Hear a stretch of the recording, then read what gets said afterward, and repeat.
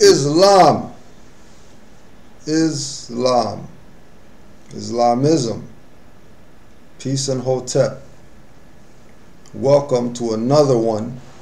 Canaanland Moors Tuesday night class. Free online class. For Moors anywhere that they got internet. You can tune in for free every Tuesday, 7 p.m. Eastern Standard Time. Want to give high honors to all the Moors worldwide. All the Moors, you know what I mean? Peace to all the passive Moors. Peace to all the religious Moors. Peace to all the dirty Moors. We see y'all too. All the active Moors, peace and love. And we want to send a big shout out to Allah for sending us one of the greatest people to ever walk the earth plane, the Prophet Noble Drew Ali. Supreme honors to this man for the work that he did in bringing the knowledge of our nationality and birthrights back to us since 1913.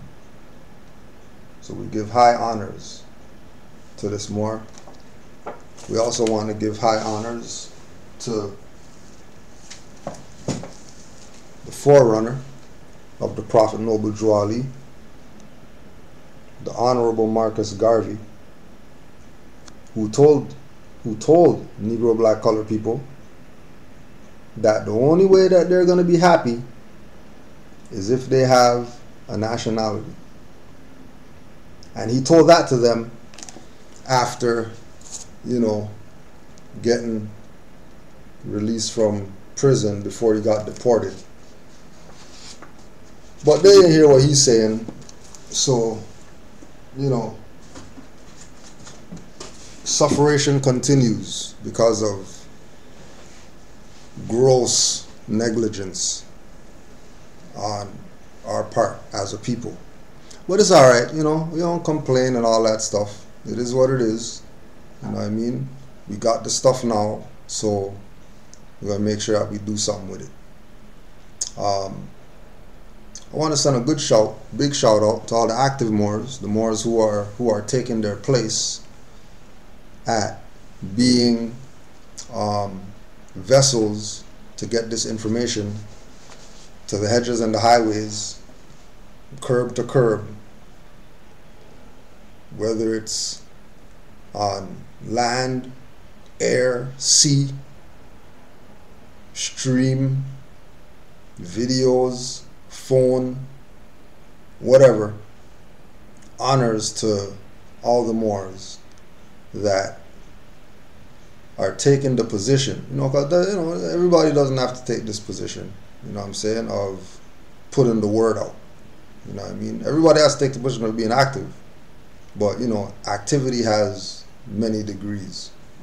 You know what I mean? So all the Moors that put the information out, let people know about this great work that was done in order to save us, bring us onto the solid rock of salvation. Give honors to you Moors. Keep in mind, if you haven't been before, make sure you check out the online Moorish University called rvbaypublications.com. Extensive information. You got so much on there, and it's always being updated.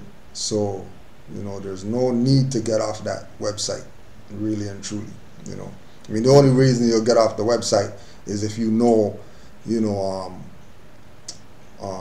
Moors like New Naji and Casanova Bay, Moors who have their little own vaults of information that are accessible to anybody who wants it. All you do is just look up those people, they'll come up and they'll let you know where to go to get into some other vaults of information that are very, very similar to rvbaypublications.com.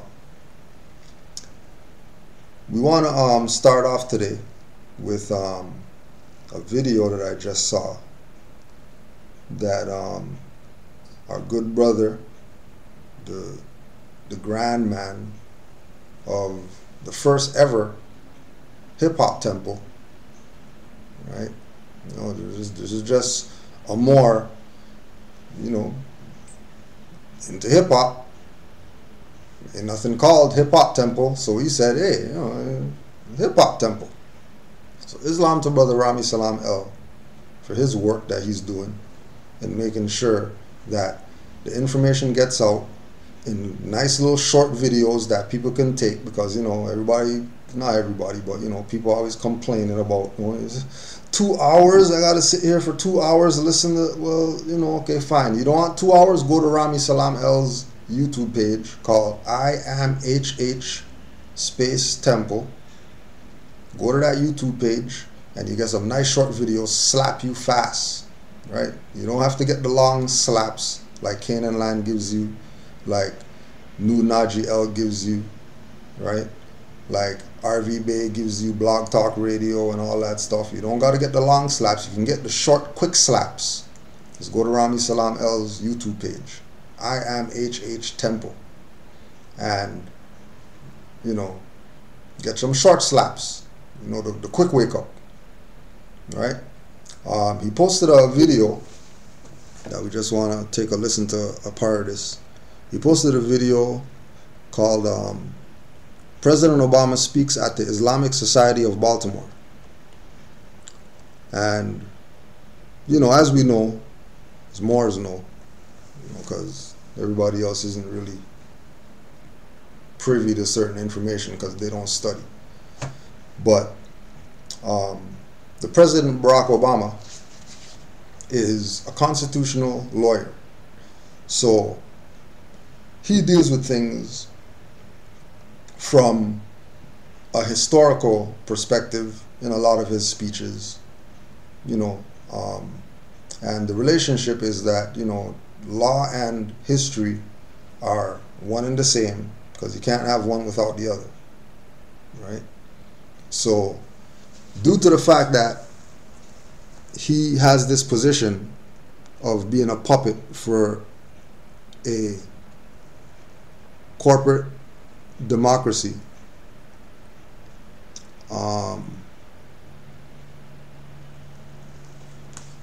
due to the fact that he has this position of being a CEO, puppet CEO, whatever, for this corporate democracy called U.S. Corporation, a lot of people are, you know, mad at him, you know, because he ain't done nothing for his people and all that type of stuff, you know, whatever.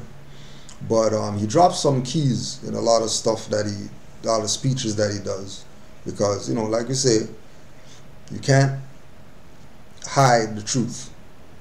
I mean, you can try to, but eventually truth's gonna come out.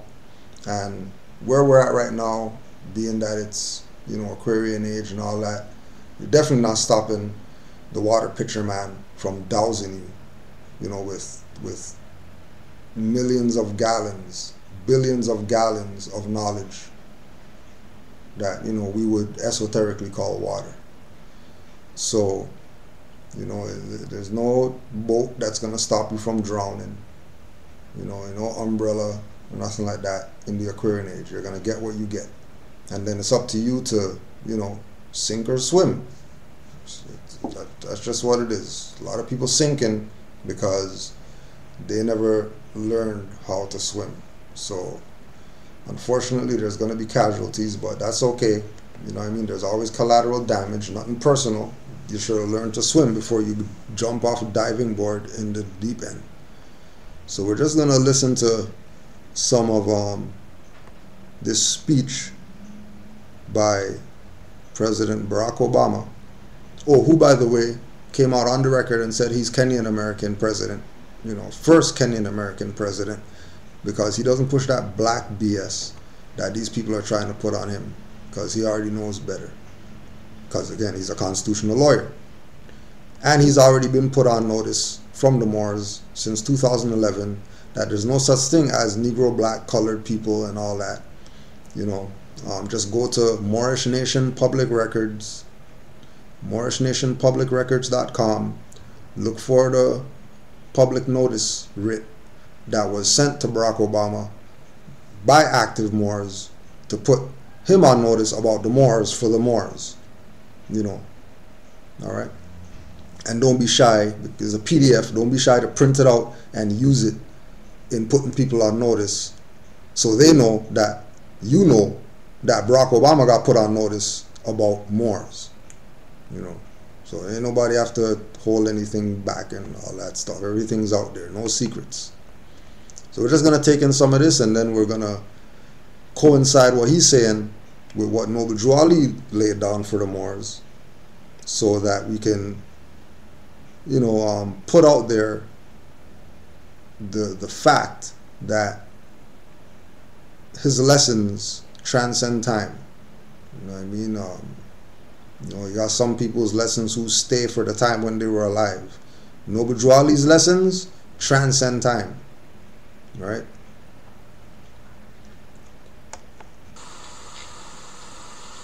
So here's another fact. Islam has always been part of America. Starting in colonial times, many of the slaves brought here from Africa were Muslim. And even in their bondage, some kept their faith alive. A few even won their freedom and became known to many Americans. And when enshrining the freedom of religion in our Constitution and our Bill of Rights, our founders meant what they said when they said it applied to all religions. You know, back then Muslims were often called Mohammedans. And Thomas Jefferson explained that the Virginia Statute for Religious Freedom he wrote was designed to protect all faiths. And I'm quoting Thomas Jefferson now, the Jew and the Gentile, the Christian and the Mohammedan.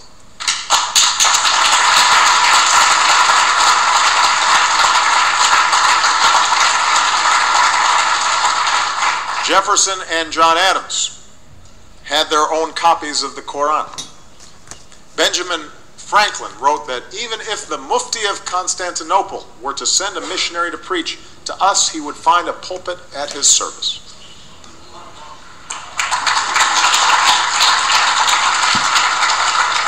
So this is not a new thing. Generations of Muslim Americans helped to build our nation. They were part of the flow of immigrants who became farmers and merchants. They built America's first mosque, surprisingly enough, in North Dakota. America's oldest surviving mosque is in Iowa. The first Islamic center in New York City was built in the 1890s.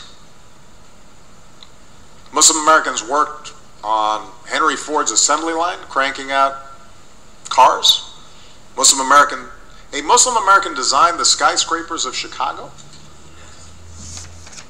In 1957, when dedicating the Islamic Center in Washington, D.C., President Eisenhower said, "I should like to assure you, my Islamic friends, that under the American Constitution and in American hearts, this place of worship is just as welcome as any other religion."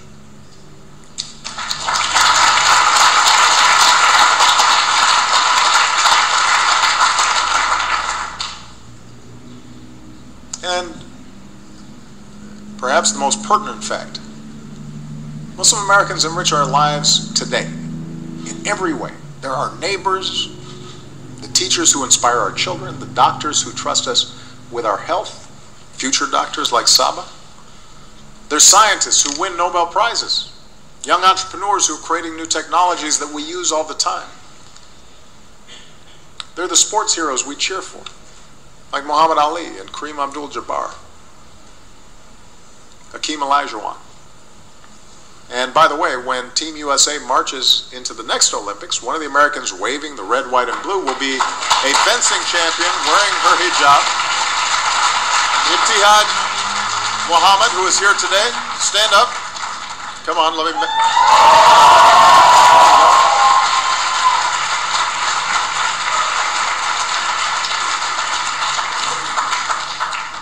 told her to bring home the gold. Not to put any pressure on you.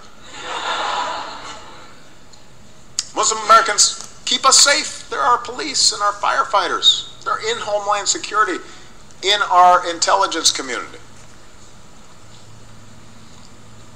They serve honorably in our armed forces, meaning they fight and bleed and die for our freedom.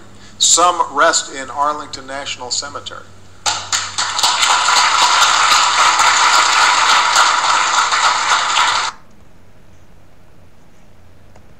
Noble Drew Ali had a writing called Moorish Leaders' Historical Message to America. And in this writing, he outlines the aims, objectives, rules, foundation of the Moorish Science Temple of America, the Moorish Holy Temple of Science, how this movement went from being civic to civic/religious to a religious corporation, goes through the whole thing, right? We're going to touch on the history lesson that he gives the Moors in this writing. Muhammad was the founder of the Mohammedan religion. It originated 13 centuries ago on the Iberian Peninsula, where the streams of commerce and culture met and mingled in the Middle Ages, where the markets of exchange were stationed for treasures of India and the products of the Mediterranean coast. There, this religion was established in the unprecedented short period of 20 years. And unlike many other religions, without the aid of any royal patronage and support. Buddhism had its Ahsoka, Judaism its Joshua, Christianity its Constantine, but Mohammedanism had no person of royal rank and power to assist in its establishment and spread. Today this religion is acknowledged by nearly 250 million souls, not people. 250 million souls acknowledge this.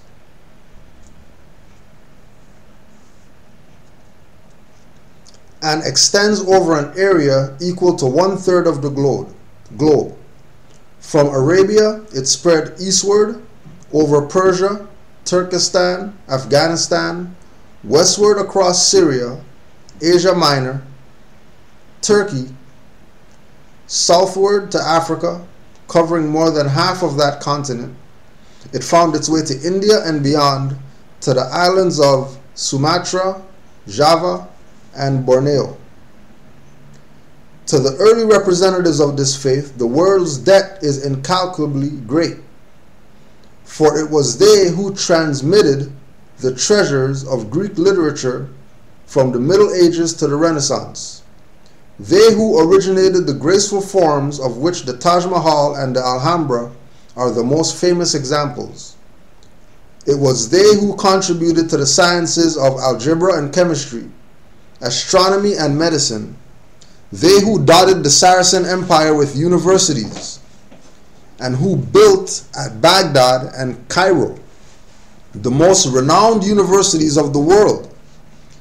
During these centuries of ecclesiastical despotism, when the Christian church suppressed all intellectual activities save those that were theological, causing the talent that reproduces to supplant the genius that creates, Mohammedans did all in their power to encourage and stimulate research in every branch of human inquiry. The Moors, as Mohammedans, added to the beauty and grandeur of Spain. For centuries, art, science, literature, and chivalry flourished among them, while the rest of Europe was stuck was still sunk in the gloom of the Dark Ages. The Moors were the most ingenious and industrious of the subjects of Spain. Their expulsion from Spain in 1492 was one of the chief causes of decadence of that country, for both agriculture and industry fell into decay after their departure. Mohammedanism makes no distinction between high and low, rich and poor. It is like the sky. It has room for all. The Moor Science Temple of America has received some opposition and criticism. In the main opposition has come from certain Christian ministers. They have expressed themselves as being opposed to our propagation of the Mohammedan religion, possibly because the promotion of Mohammedan faith among our people in the United States is considered by them in terms as something new. Whatever the reasons may be for their opposition, the legal right to oppose citizens, individuals, and organizations alike for their religious belief does not exist in the United States. The door of religious freedom made by the American Constitution swings open to all, and people may enter through it and worship as they desire. Without religious freedom, no search for truth would be possible. Without religious freedom, no discovery of truth would be useful.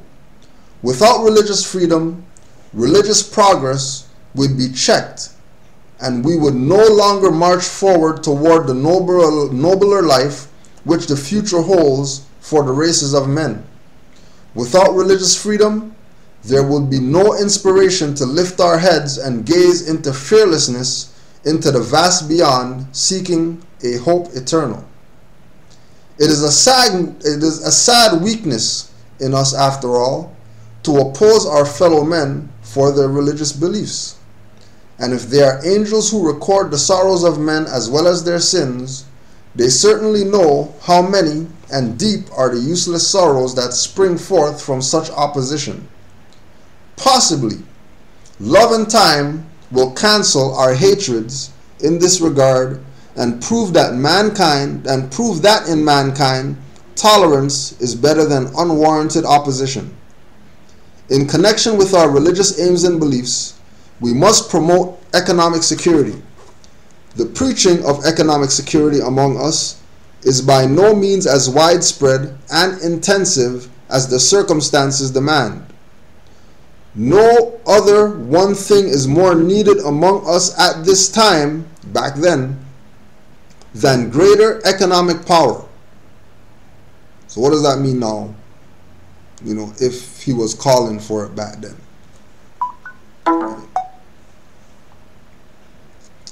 Better positions for our men and women, more business employment for our boys and girls, and bigger incomes will follow our economic security.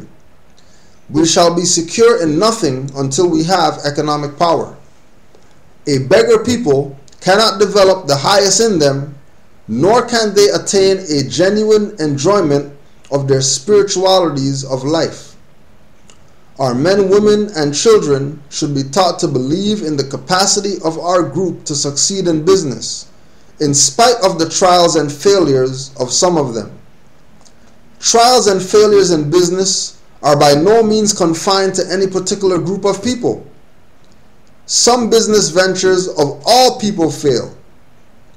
We have men and women among our people who are qualified both by training and experience, who are shining lights in the business world for all the people. It is a sad weakness in us as a people that we have withheld the very encouragement, support, and patronage that would have made some of our worthy business ventures a grand success, and worst of all, have joined in the condemnations of them when they failed. Except in cases of actual dishonesty, discourtesy, lack of service, and actual unreliability, Our business enterprises in every field of endeavor should have fullest confidence, cooperation, and patronage whenever and wherever they can be given. Read carefully the doctrines of the Moorish Science Temple of America. It contains our hopes, aims, rules, and articles of religion. Every member should have a copy. In conclusion, I urge you to remember there was work enough for all to do in helping to build a better world. The problems of life are largely social and economic. In a profound sense, they are moral and spiritual. Have lofty conceptions of your duties to your country and fellow man in general, and especially those with whom you deal. This includes such honesty and righteousness as will cause you to put yourself in the other fellow's place. Look for the best in others and give them the best that is in you. Have a deeper appreciation for womanhood. Brighten the hopes of our youth in order that their courage be increased to dare to do wondrous things. Adhere at all times. Adhere at all times to the principles of love, truth, peace, freedom, and justice. I am your affectionate leader. I shall continue to labor day and night, both in public and private, for your good work, thereby contributing to the welfare of our country and its people as a whole. Noble Drew Ali. So, when we hear the puppet of the U.S. democracy coming out and talking about Mohammedans and the importance of Islam and respecting religion and bringing up constitutions and bringing up Thomas Jefferson said this and Thomas Jefferson did that, and speaking about all these historical reference points relative to so-called people called quote-unquote Muslims / Muslims / Mohammedan / Islamic, recognize that he's talking about Moors. And ain't nobody else that he's talking about, because when you check the record, Noble Drew Ali, read carefully the doctrines of the Moorish Science Temple of America, you'll find out that there is a multiplicity of names that are relative to the name Moor or the title Moor.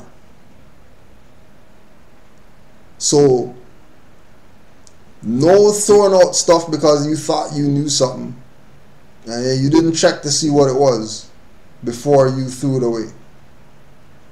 This is why it says study, study, study. And when you have studied and then want to know what to study next, the reply, study yourself. So the theme is make sure you get information.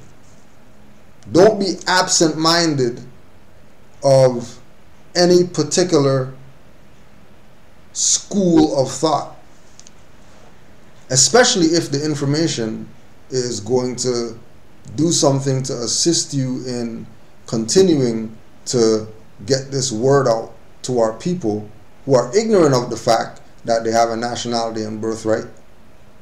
And as Moors, we know that we have a duty based on our ancient foremothers and forefathers, who Noble Drew Ali told us go back to the mind state of, that after Kemet fell, we took all that information from Kemet and we civilized the world with it. We didn't just civilize the Europeans only. We civilized the world with the information that we had as Moors. And we took some of the ancient Egyptian stuff, built boats and all that stuff, went around the world. We took some of the Hindu, Mauryan, Gupta, etc., dynasty, empire stuff, and brought people into different levels of spirituality. We took the nature culture that was from Kemet and that was from over here. The Aboriginal people pick something, rub your skin with it to cure yourself of anything that you have. And now these people have aspirin and Advil and Tylenol and all these things from stuff that they got from us. So what we have to continue to do is to recognize that as Moors, this is not just some Islamic thing only because Islam's mentioned, right? As Moors, we are, for real, the founders of civilizations, because all the information from all of our ancestors was compacted into a small pill called Moorish history, and everything's in there. And once we do, just like Noble Drew Ali says, study, read carefully, understand, digest, take your time or invest time in studying what this man brought. Forget about discharging debts right now.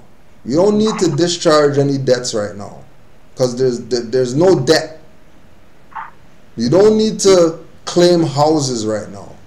You don't need to get plates. And like we say, there's Moors who have licenses and who have state corporate plates that beat tickets. So you don't need to be Moor to beat a ticket.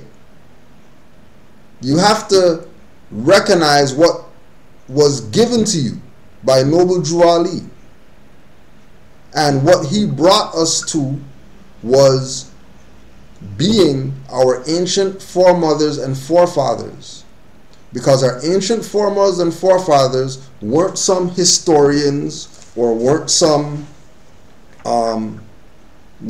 scientists or weren't some, they were spirit man and woman. They were people that put their hand through solid stuff and not destroy the solid thing that they put their hand through. They were people who, you look at somebody like Haile Selassie, who he had lions bowing to him. You put some people around lions, they're getting eaten. Simple. And we're not talking about him, doing some, torture to them in order for them to bend to his will. We're talking about him going in jungle and lions bowing to him. Documented fact of this man putting his hand and putting his foot on live bombs and them not going off and stuff like that. Right? And when we say return to our ancient foremothers and forefathers mindset, when we really understand what that is, we wouldn't have any problems. Just like Brother Tallahassee, me and Brother Tallahassee were talking this morning. And he was talking about, these Moors don't even know what they got. Majority of these Moors don't even realize what they have. And we're talking about somebody who was, like we say this all the time, who was brought up illiterate, don't know how to read, don't know how to write, don't know how to do anything relative to communication other than talk because, well, I heard that, so I know that's how that's supposed to sound. But I don't know what the hell that means. I just know that, okay, well, you say yes when, you agree with something. And if you don't agree with something, you say no. What's it mean? I don't know.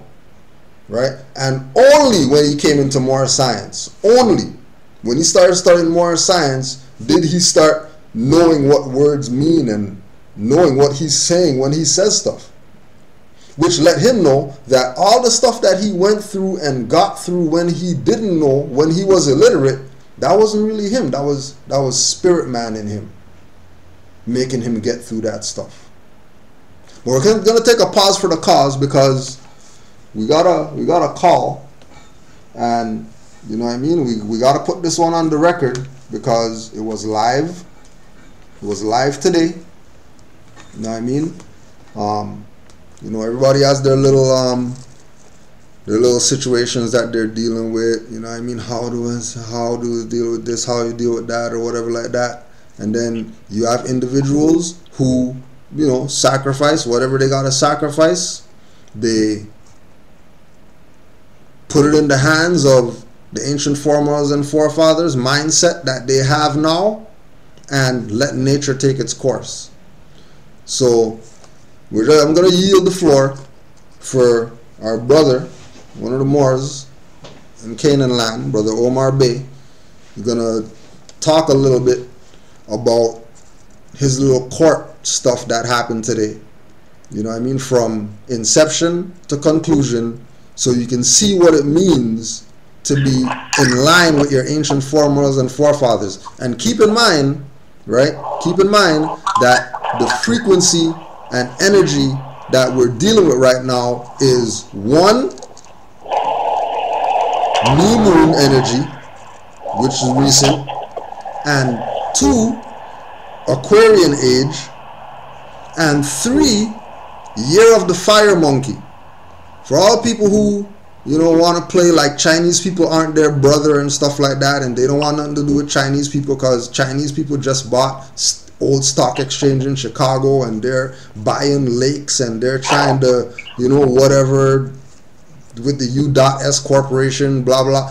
Those guys are spirit man too. So don't get caught up in what they're doing physically.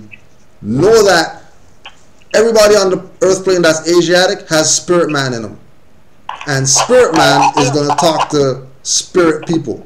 Spirit man's not going to deal with mundane beings. Right? So, brother Islam, boy. The floor is yours. Just do your thing, yo. Alright, Islam. So, I'm in my straw capacity, I work in film and tend to sometimes have to drive a cube truck. Well, one day I was and you'll get a laugh out of this, Cujo. One day I'm traveling with a Euro. He likes to burn some of the weed. And he actually burns in the truck. He's one of these old school guys who's burning in the truck. So, anyways, I'm allowing him to burn in the truck because that's what they do, and I can't sort of make any noise. Anyways, traveling down a road, shouldn't be traveling down, we're late. I'm doing 86 and a 60. I'm on a road where I shouldn't be driving a truck down. Also, I don't have a so-called corporate license because previously, about 7-8 years ago, I got caught up with not having insurance. And in doing some further studying, you realize the collusion that happens between the insurance companies and the so-called motor vehicle companies. And basically what they did was they suspended my license until until extorting the $6,000 from me for not having insurance. When I first came into this knowledge, I sort of opened back up that can of worms, but never proceeded with that. And what happened was subsequently they suspended my license. So I get pulled over, and I think, as I said, the last to get out of this Cujo, they were watching the Chris Rock thing, and it said, you know, one of the things when you're traveling in a vehicle, make sure you have a European brother with you. Yeah. You remember we were watching that one? Yeah. We were having a good laugh about that, right? So I give him my license. At this point, I've been informed by paper that I shouldn't be traveling. Hold on a sec.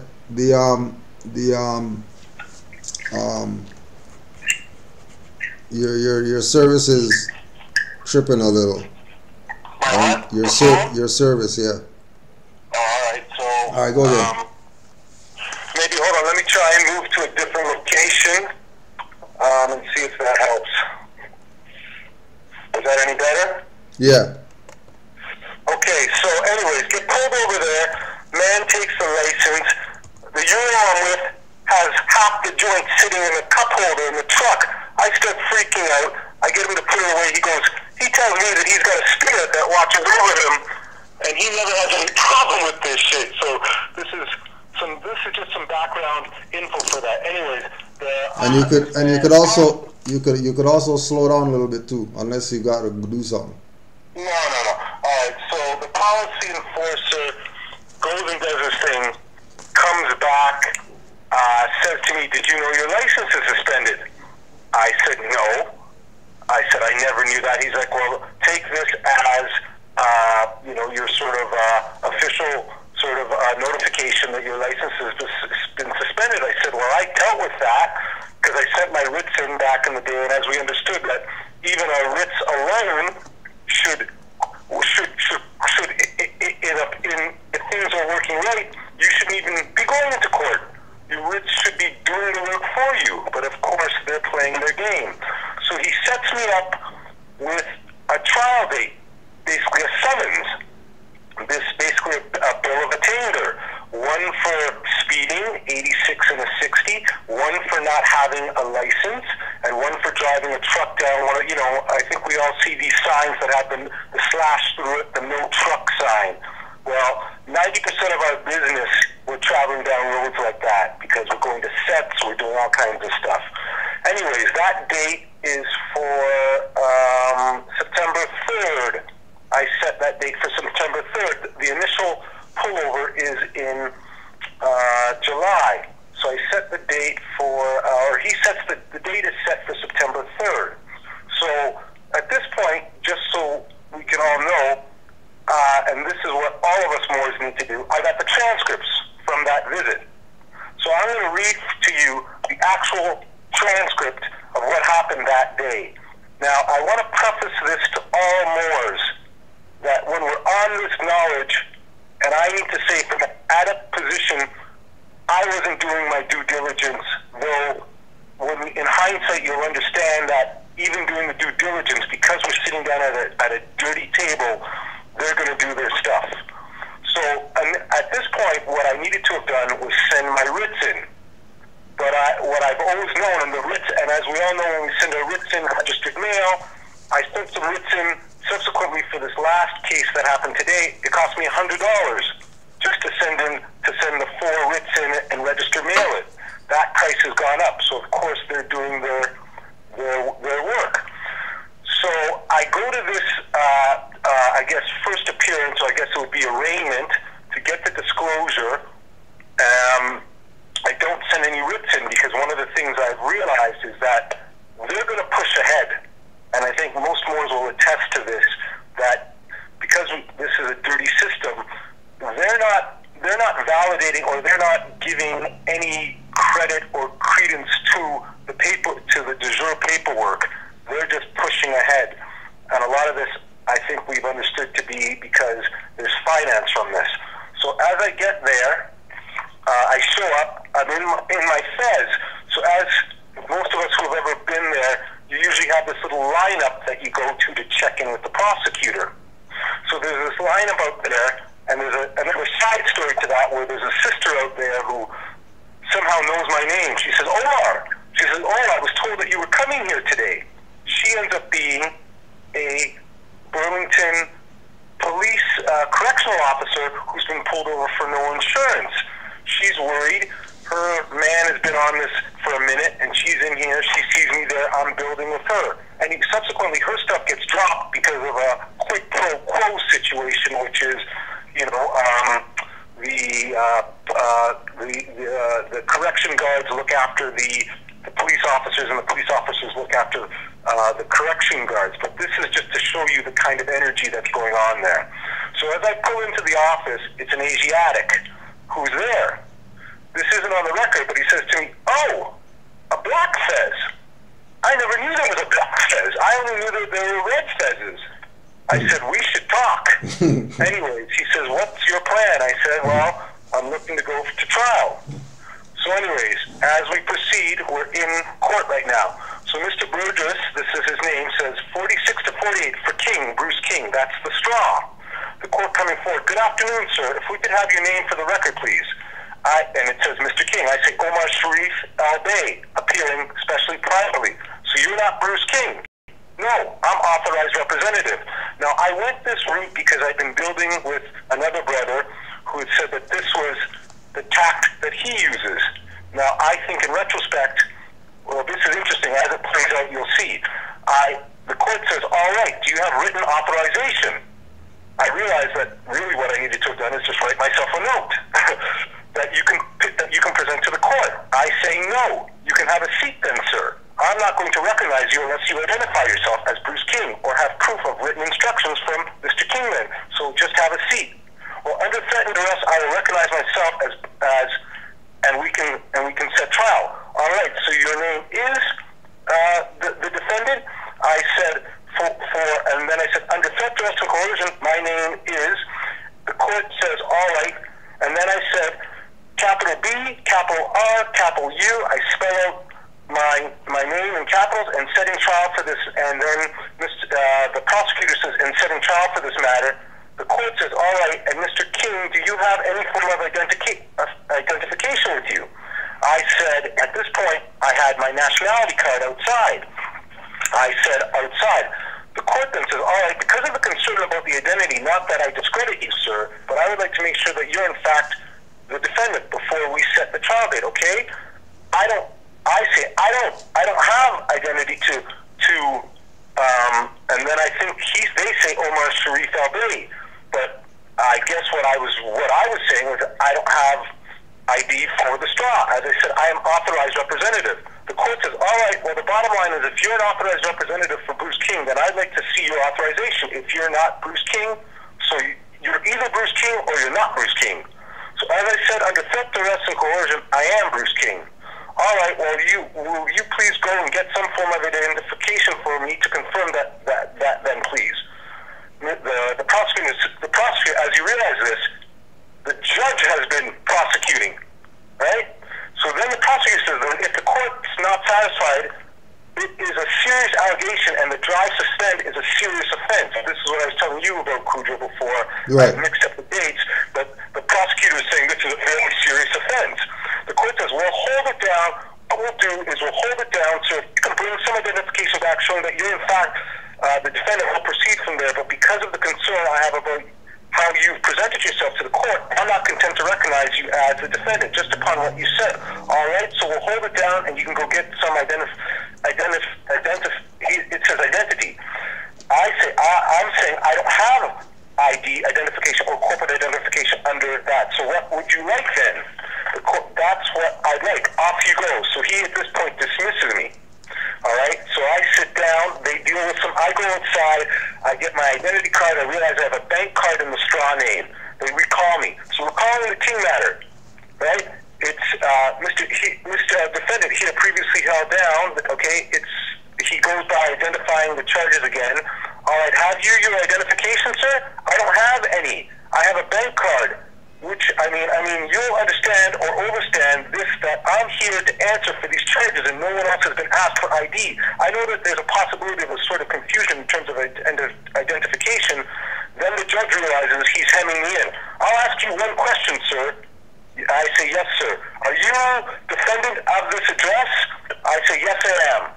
And then he says, of Toronto, Ontario, yet again putting me into jurisdiction. I said, yes, I am. That is you? I said, yes. It's your undertaking to the court that is who you are. Again, he's confirmed 3 or 4 times. At this point, what you don't know is he looks over to the court clerk and he raises his eyebrows, and there's this look of of what you would call victory. All right. And so then the prosecutor, at this point, as you realize, the judge has been prosecuting me, right? So now here's the yes man, the prosecutor, and he says, and your intention? And then the judge says, your intention? And I said, trial, disclosure provided. All right, so the disclosure is being provided today. So you've probably been in the court with me. Individuals that receive the disclosure today are not putting to trial time because they need time to review the disclosure and do all this stuff. So then I think it goes on, hold on. It says what you're going to need to do is you're going to come and need to meet with the let me see, hold on, just give me 1 second here. So then he says, you're going to need to review things and figure out, how long it's going to be. And so then they start trying to set you up. Okay, so I say, no, I think it was we just meet. He says, have you had a time to meet with the prosecutor? I said, no, we met briefly before. That was with the Fez talk. So then the court says, okay, so review the disclosure, have that discussion. Then we need to know when you come back on the next occasion, you need to answer these questions. If you're representing yourself, you need to know how many witnesses you're going to call and how long you think the trial is going to take. All right? And then we'll do a trial estimate, and if it's going to take longer than 2.5 hours, then we'll have to set it for judicial. All right? So how many witnesses and how long? The court says, how long? Yeah, all right. And then you can review your disclosure. Depending on what you read in your disclosure might decide what you're going to challenge or not challenge. I say right, the court says okay. I say right, all right. So what date would we like to come back? So then we set a date, and I set it in October. And what I realized then was that I could have challenged then, and I got the disclosure in my mind, and you guys can discuss this later, to represent the fact that he was practicing human trafficking at that point. Because at that point, I had identified myself as an Aboriginal Indigenous representing the straw who I'm connected to through the birth certificate, and basically he was refusing to, well, I guess what he was saying was if I had written authorization, and this is just for all Moors out there to sort of see another side to this, that if I had written authorization, I might have been able to have proceeded at that point. But okay, one sec too. So you can for out here, right? Once you challenge a ticket to whatever like that, right? And you want to go to trial to fight it, they're gonna set up their preliminary hearing where they just want to set up a court date. They want to see who's coming in, and they want to set up a court date. So what he's referring to right now isn't trial yet. This is just preliminary trial. It's called an arraignment. Yeah, right? Arraignment, right? And when they're talking about written when they're talking about something written from the straw saying that you have the authority to speak, or you're the authorized representative or whatever, that's equivalent to a power of attorney. So like if you have a issue in collections or something like that, right, and you're saying that, well, I am Free National, I'm authorized representative of this entity, the collection agency is going to say, okay, give us a power of attorney from the so-called debtor to let us know that you're the one that is, going to be handling the affairs or whatever. So that's to let you know now even how they're dealing with this on the collections, benches, the bank. All they're dealing with is administration. All they're dealing with is fiat. They don't care about law. They don't care about rights. They don't care about anything like that. All they're doing is their process of making sure that they're able to get their little payout in some way, shape, or form. Right? Nothing to do with law, because remember that we're talking about right now super kangaroo court out here, right? We're talking about, like you're talking about Supreme Court, federal court, district court, county court, and then below county court, and then below that is the court that we're dealing with out here, on all levels, no matter what it is that we're dealing with here. But yeah, continue on more. All right, so at that point, So at that point, so we now set dates. So then I come back this time. This now is so that happened in September. They gave me basically, I think I said they were giving me a month back and discuss.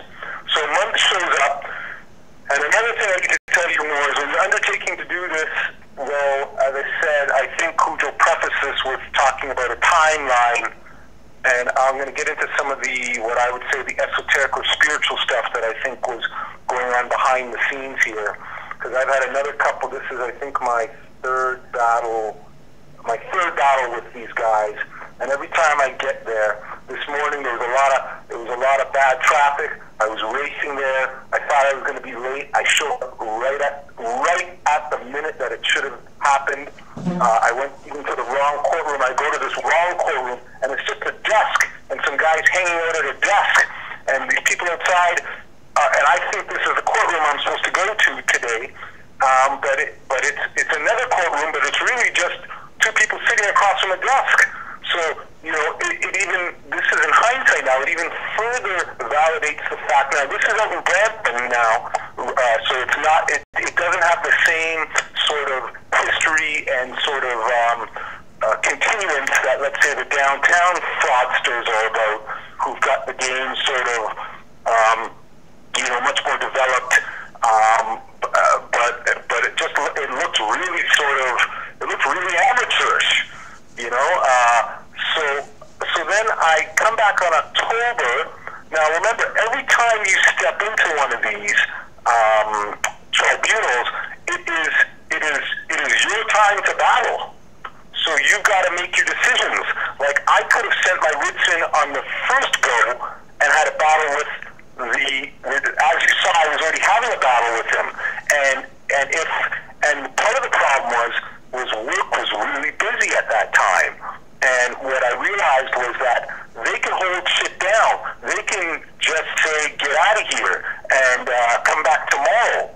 So there's a lot of stuff that you end up having to weigh when, in my mind, when you're going through with this stuff, and these things should all be present in your decision-making stuff. If you've got a job that a JRB or you're working that is supporting you, and you're talking about some frivolous trial stuff, you may need to sort of sometimes acquiesce and sort of relent a bit to be, you know what I mean? There's some give and take that you have to always understand about these things, because sometimes standing on your square, and Cujo can speak about this later, you can end up being kidnapped for a couple of days just to stand on some stuff, when maybe if you acquiesced at that time and then took it through and let them run their kangaroo court in appeals court 6 months later, they're throwing it out without you doing the 5 days, right? So, and remember, those 5 days, no one's giving you anything for those 5 days yet. You know, we haven't gotten to the point where they're compensating us. At that, we know when we get to that point, they probably won't be putting you in there. So anyways, so we set the date for today. So I had, and this has been a problem of mine, and I'm just expressing it to people there, and I was talking to Setnrod today about this, that what'll happen is, when the event comes up, it reminds me of like a basketball game. I get all hyped up for it. I get in there, I do my battle, and then afterwards it's like I sort of loosen the grips a bit. And basically what happened was I let way too much time, and I'm telling everyone this too, that, and Cujo's made a point of this, that us active Moors, we get on this shit. You need to get on this stuff and send those writs in early, because as I was doing more studying last night and doing all this cramming, what can happen is if I'd sent my writ in 2 months ago, they may have dismissed this then. Okay, but just to fast forward, I end up, because I'm working a lot and I end up working 12-hour days, I end up filling out my affidavits in the truck while I'm working and sending these writs off. So I'll just quickly tell you the writs that I sent off, just to show you, so that you can see what happened. So I sent off my claim of right, averment of jurisdiction, written in the nature of discovery. I sent off the Supreme Court decisions on right to travel. I sent off the Human Rights Council decision on the rights of Indigenous people, which Canada never signed on to in the original part, but I think subsequently has signed on. That and the 13 Supreme Court decisions were something new that I added on. I sent off my judicial notice of proclamation, and I sent off, I think there's a third one here. I can't find it. I think that was it, because in the back of the claim of right of vermin for jurisdiction, there's also, I think hold on one second, is the dismissal, hold on one second here. All right, demand for dismiss, void all tickets. So I sent out judicial notice of proclamation and claim of averment of jurisdiction and demand for dismiss. Those are the ones that I used in my last templates, which worked. But on this one, because the told me that these were serious charges, I sent off the human, and this is subsequent studying, I sent off the human rights, the UN decision on the Indigenous and Aboriginal people, and the 13 Supreme Court decisions or court cases that all sort of back up your right to travel. I sent them off to the UN permanent, the UN Forum on for Indigenous, the permanent UN Department for Indigenous and Aboriginal People. I sent off a copy to Secretary of State John Kerry. I sent one off to the prosecution office in Brampton Court, and I also sent one off to the magistrate's office in Brampton Court. I did this on and my court case, my tribunal case was today.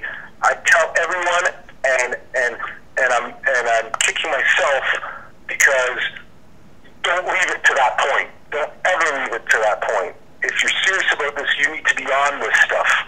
Because within those last 4 days, I was doing all this cramming of studying and realizing, and when I sent these writs off, I realized in my haste, because I was doing it on my lunch and I was actually late to lunch, I forgot to autograph my authority. So I realized, I woke up in a cold sweat yesterday night, realizing that I'd sent these writs off without my appellation and my autograph, and realizing that I was treating this in an improper manner. But what I was doing was, I was serious about this, and I realized that I was going in there to battle. I didn't care what was going on, but I was standing on my rights. So as I pull in there today, I go, as I said to you, I ran in there at 9 o'clock. I went to the wrong courtroom. As I said, it looked like some little joke was going on there. I ran to the other courtroom that I'd previously been in, and as I walk in, there's two people in there. There's me and another Asiatic older lady. And so then there's a police officer in there. I'm with my fez. At that point, as all of us, any of us who've gone into these tribunals know, the energy changes once they see that fez. So the policy enforcer jumps up, because in Brampton Court they don't have court clerks, they have officers there who are, I guess, facilitating that position. So he jumps up, and because I'm nervous at this point, because I don't know what's going on, and he says, yet again, it's the same protocol. Have you checked in with the prosecutor? I said no. Well, there's a lady in front of me. I think that she might be another sort of victim. She happens to be a one of these paralegals who's been doing her work and has gotten a hoof on the hook. And so she's doing her preliminary, they're doing their little, handshake and probably their little pass of money that they do. And there's also a Hindustani there with their turban on. And he's on the other side of the bar too. So he's obviously decided to take the payoff as well. So they deal with their stuff, and I step to her. She's been keeping her head down. She turns to look at me, sees the fez, and she goes, "Oh." And she says, "And you are?" And I give her my straw name. Because at this point when I walked in, there was only two people there. The officer wasn't there. And in a previous case that I had before, the officer wasn't there either. So So this has been their modus operandi, I believe, in my mind, to a lot of these cases, because what you realized is they can't validate our position, but what they can do is they can scuttle the boat. And by that I mean they can throw the charges out, they can dismiss the charges, and therefore it never leaves any precedence. That's the game. Right? So they're going to waste your time, but they're never going to give you that satisfaction. And that's another thing I need to let everyone know too. That this stuff that we're doing here is the bullshit part of this stuff. We need to step it up a level. And in our last lecture with Nature, he explained to us what we really need to do. This is all the stuff, and I need to preface this with everyone too. One of the things I know I'm not going to be doing is getting caught speeding again, because they've wasted 5 of my days. I've lost countless monies there. I had to spend $100 sending in these writs, which could have gone to the temple, and all of this has been a waste on some fraudulent bullshit. Right? So we're about upholding the law, not breaking the law, even though the law might be being controlled right now by a bunch of crooks. So she says, "Oh," and she says, "Who are you?" I say my straw name. Well, and as I look at the file, I realize that none of my writs are there. She's like, "Oh, well, the officer isn't here yet," and I already knew that. She says, "But we'll see." She's like, "We'll see. We have a few other matters," and I start to. And on the way up there, I said to myself that I'm not going to I'm not going to get kidnapped, but I'm not letting anyone out-talk me this time. I'm standing on my square. So I was set. So I had a mindset. And so I go to sit back down, and as I sit back down, I said, shit, if they don't have my writs. And just to tell you another thing, so when I sent off these writs, you get a copy of the process of you sending off these registered mail things. Somewhere in this rush on that day, and I needed to, prefacing that day was a crazy day. I had to get all these things photocopied, get them mailed off, and then get them registered. But I now can't find the receipts for the registered mail, because they will ask you for these things too. Right? So I didn't spend a week sleeping last night because I'm like, what the hell am I going to do? I don't have time in the morning to try and get copies of this. So I sit back down, but I realize that there's nothing in her file, none of the writs there. And if this officer walks through this door, I'm in trouble. So a couple minutes goes by. They usually keep you waiting. 9:15 goes by. Court's supposed to be at 9. 9:15 goes by. I keep hearing people come in, but I'm not turning around even to see who this is. I'm just ready to battle.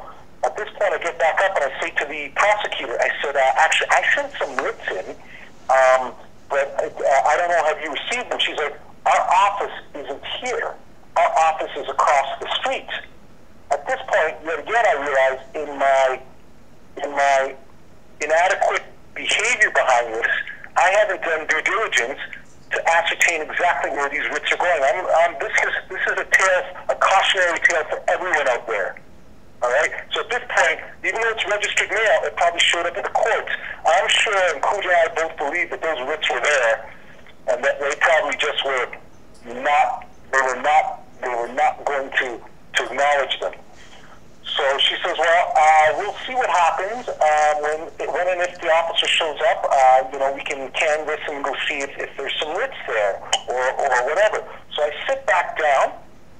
9:20 comes. I keep hearing people coming in the back, keep being these officers. The officer I was dealing with was an older gentleman, probably in his 50s or 60s. All of these officers that are coming in are like 30s or 40s. And every time that officer comes in, I hold my breath and then I realize it's not him. Anyways, the judge finally comes in, and I'm waiting for this, because if this judge can get, or this magi can get in there and deal with me, and I can get out of there before this guy comes in, then this can be dealt with, then I can get through this. So at that point, though, while we're waiting for the judge to come in, she's having a conversation with one of these officers who's sitting behind me. She says, oh, do you know what Johnson is? I can't remember the officer's name, but I got to figure that she's talking about this guy, because there's only 2 or 3 of us, 2 people in there. And she's like, oh, well, he was up north doing a truck certification course, and then I think he went on vacation, and then I think he was going back up for a continuance of this truck certification course. I don't know that it's him, but part of me thinks that this is who she's talking about. She's like, oh, okay, well, I'm hoping that he shows up. So that's what she says. So then the judge comes in. He, of course, deals with his people. He deals with the court, what do you call it, the legal assistant. And as I said, there was him standing in there who was on the other side of the bar, and he was wearing a turban. At one point, before the judge comes in, he looks at me, I look at him, and we both give each other this nod, right? And the nod that we gave each other was the nod of in my mind, of us understanding exactly who we were. And there was a point there it seemed like he wanted to say something to me, because I always like to sit right at the front, and he was sitting right there on the other side of the bar, but he didn't say anything to me. I think a lot of that had to do with his position. So anyways, he calls the lady up, he calls the Hindustani up, and they leave. She then calls me up. She asks my name, and as I said, Moors, you all have to decide your own path, but I've been through this before. At this point, if we're looking to drop the charges, you may want a cop to being the straw at that point to not create any more problems. So I cop to being the straw. Remember, you're connected to the straw too, and in this case, there's a benefit to it, right? So I cop to the straw. She says, the officer isn't here. She's got 3 charges on me. The officer isn't here, and I would like to withdraw the charges. The judge looks at me. He looks down. He says, charges withdrawn. And that was it. So just to let you know, and this was back in June, July, as I said, I lost close to $1,000 in wages. I've lost untold energies, but I have gained something for us. And I realized this morning when I got up that I wasn't doing this for myself. I was doing this for the nation. And I stepped out of there with that. And this to me is going in as part of at least the denial of my indigenous standings are going into, I'm hoping are going to be correlated with part of a class action lawsuit that we need to sort of get, that we've been talking about in the last little bit. But that is the story of what happened to me. And as I prefaced to you before, the other prosecutor told me that this was a very serious charge. And really, to them, it is. But ultimately, this officer never showed up. Now, Cujo and I both believe that those writs had something to do with it, but I also believe that there's a divine and spiritual aspect to all of this beyond that. So, that's that. Islam more. The Moors online, the Moors online say Islam, and thanks for putting it on the record. Right. All right, well,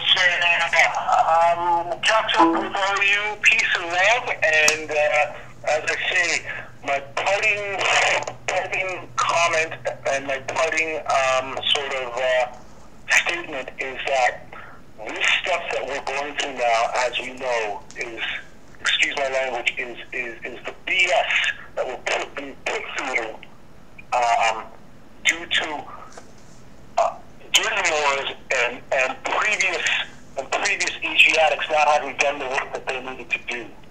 And what we need to look at, and this is what I looked at this morning as, the work that we're doing now is setting the precedent for our offspring and future generations. And our next step from this is to start to turn this process around so that we're not being drawn in there. Because remember, what I told you, that look that the judge gave to the court clerk initially at the beginning of this was that, I've got an account open now. That's the look that I felt was being given. The fact that they were able to open up the account on the straw and start a billing process. So what I say to all of us is the collective energies that we need to give now are about trying to make sure that when we come in on our nationality, that we have a national consciousness, that we have a national collective going on that says to them, we need not to mess with these people. Islam more. All right. Yeah, Peace, yo. Warren. We'll connect later tomorrow. All right. Peace. Peace.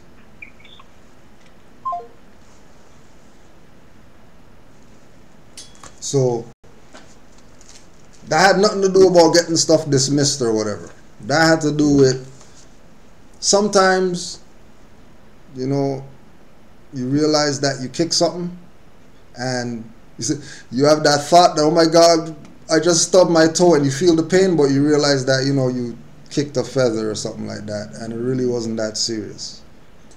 You know what I mean? And praise Allah that it was just a feather that I kicked, because if that was, you know, bed end or, you know, dumbbell that you forgot to put away or something like that, you might have broke your toe or something like that, right?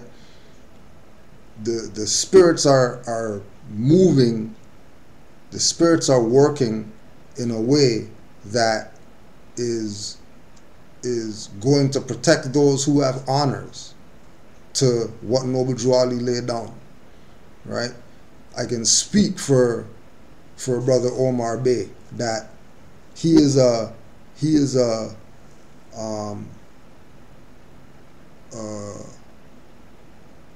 very intense student of the Holy Quran of the Moorish Science Temple of America, like very intense.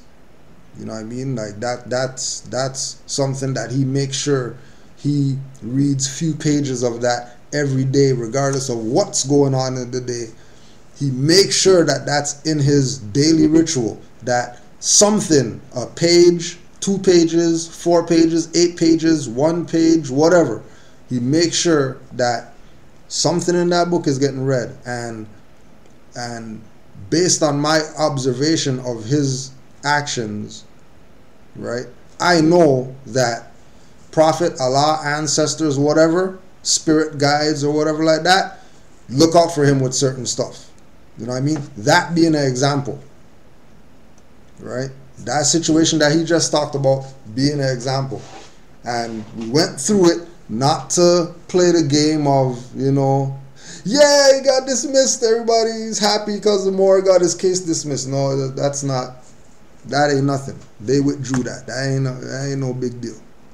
You know what I mean? Ain't no big deal. But, you know, the fact that officer, so-called officer, didn't show up to you know, such important trial, you know what I mean? Those are such charges or whatever like that. He should have been there to make sure that they pin him against the wall.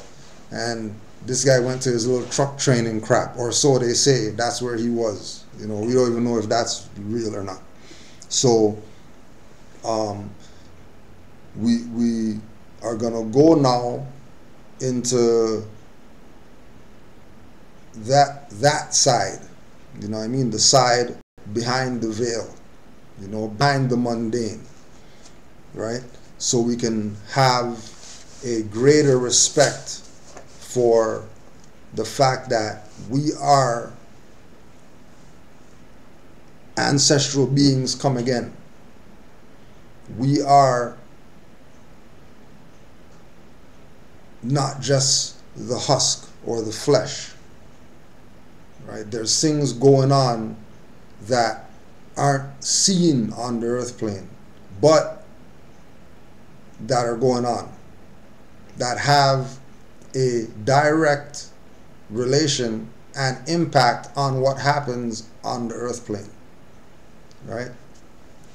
This is from mysticsofthechurch.com, mysticsofthechurch.com, and the article is called "Beware of Psychic Mediums. Spirit Guides are Demonic and Evil." Spirit guides, known as familiar spirits, are almost always demonic in nature. Uncle Ponto, the familiar spirit who almost led a despairing man to suicide. The exorcist Malachi Martin, in his popular book Hostage to the Devil, The Possession and Exorcism of 5 Contemporary Americans, relates a true story of a spirit guide, often called a familiar spirit, known as Uncle Ponto, who attached himself to a young California man in the 1970s named Jamsey. This Uncle Ponto, as this demon called himself, was a deformed-looking person who began appearing to Jasmine during a troubled period in his teens. All I ever asked for, Jamsey remembers Uncle Ponto saying softly as he drove onto Highway 101, is that you let me come and live with you. I won't be in the way. You need a friend like me. Now keep in mind, these entities, psychic mediums, spirit guides, they not only come in dream form. So don't get caught up in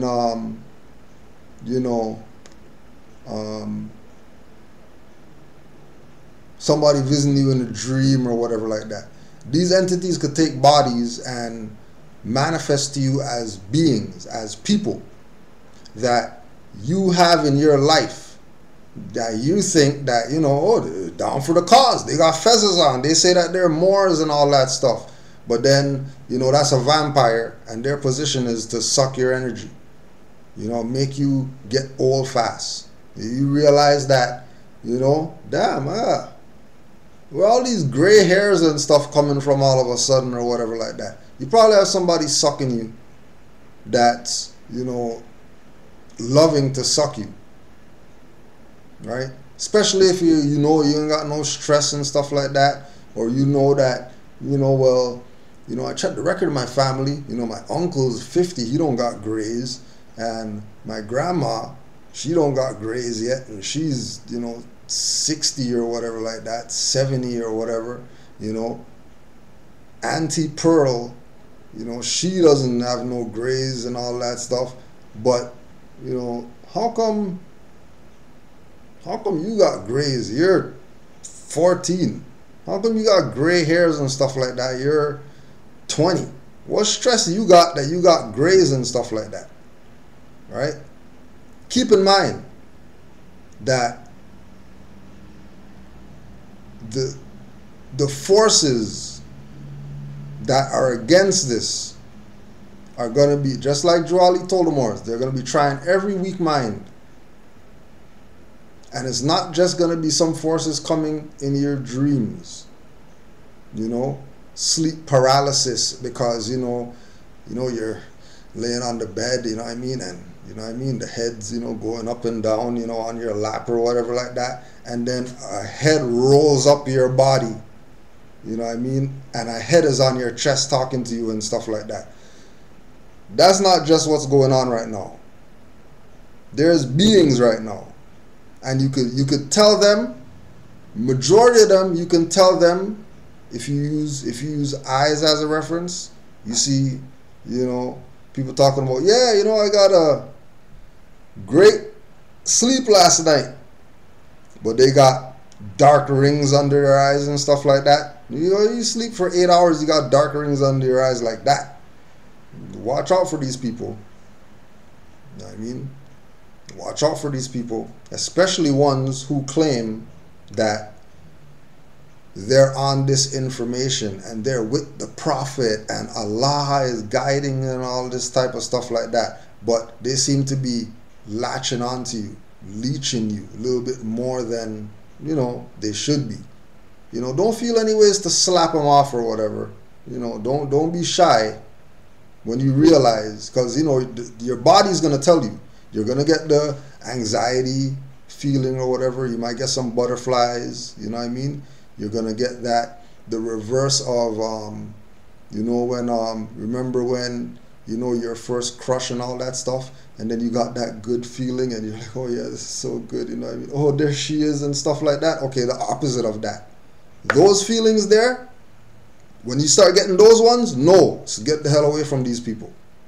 Because they're probably psychic mediums, right? But remember that right now is the time. People should have been woke up. But, praise Allah that there was an Aquarian age and we're in it now.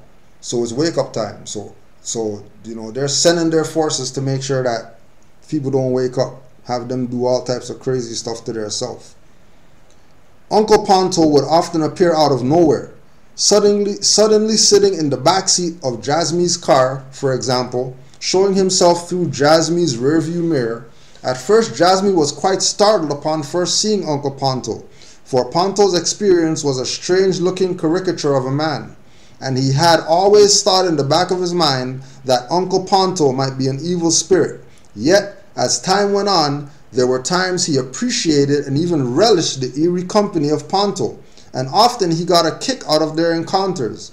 As time went on, little by little, the familiar spirit Uncle Ponto began to appear more and more to Jasmine, often giving him day-to-day suggestions on what he should do in different areas in his life.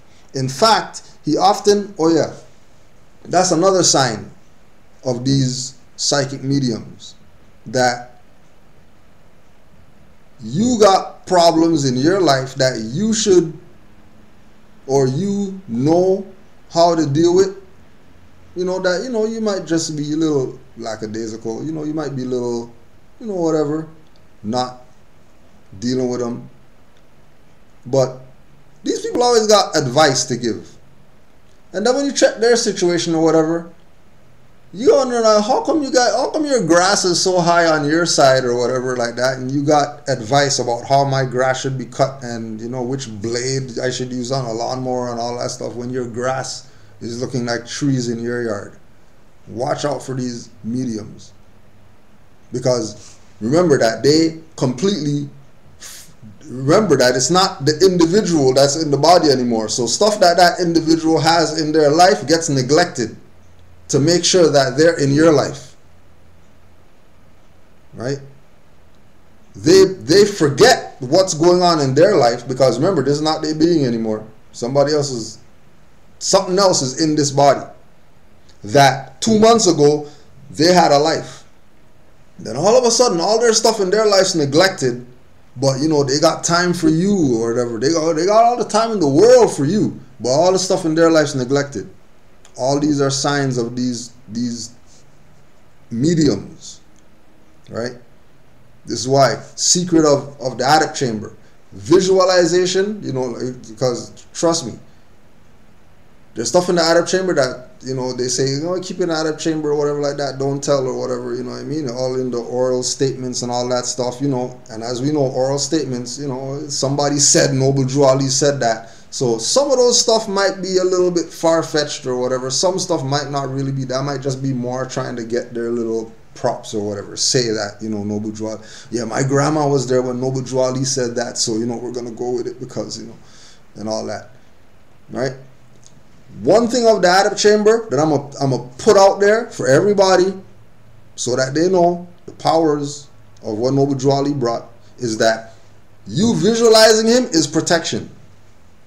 If you can visualize, if you have a situation of adversity and you can visualize Noble Drew Ali in your mind, because remember, oral statement says that Drew Ali said that the devil can't take his appearance. So ain't no demonic entity gonna come to you in the form of Noble Drew Ali, tell you to go naturalize and stuff like that. Right? Don't get caught up. Right? Don't get caught up. Right? It's not even going there. Ain't no Noble Drew Ali coming to you in your dreams and then he has a Mark Fez on and stuff like that. That ain't going on. Right? It's gonna be Drew Ali pure all the time. So in the Adept chamber, we're taught that if there's adversity or whatever, you can use Noble Drew Ali's personage, whether it's, face, stuff that he wore, whatever like that. Anything relative to Noble Drew Ali that you know for sure is Noble Drew Ali's. Don't go on guesstimations. Go on what you know for sure about him. You visualize those stuff, and you can use that as protection when you're in adversity. Right? For real. That's Adept chamber stuff. That there's just so much stuff in the Adept chamber that, everything's not going to come out, but we'll put that out there. As soon as you realize that you got some energy vampire trying to suck you or whatever like that, sick the prophet after him. Bet you they leave you alone. Because this image right here makes demons run. Makes them run. Trust that.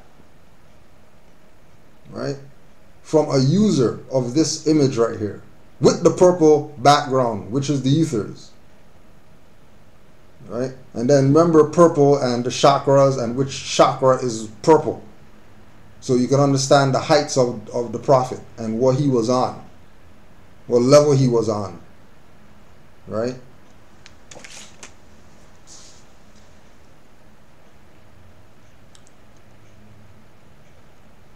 In fact, he often became overbearing and did not like it if Jasmine did not take his advice. And as the years continued to pass, Ponto became more and more of a pestering nuisance. Ponto continually sought to isolate Jasmine, saying that he was his only true friend and nobody else understood him like he did. Fortunately, through a friend, Jasmine met a Catholic priest. Blah, we'll forget all that part, because you ain't going to no Catholic nothing. That's BS. Ain't no Catholic nothing priest made nothing go away. Right? Forget all that. But just make sure that you take very high consideration into recognizing that people are coming in all shapes, sizes, and forms to try to get you off your nationality and birthrights. This is HenryMakow.com.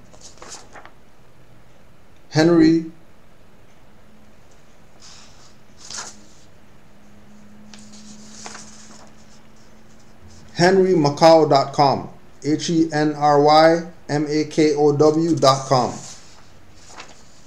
People need to wake up to truth.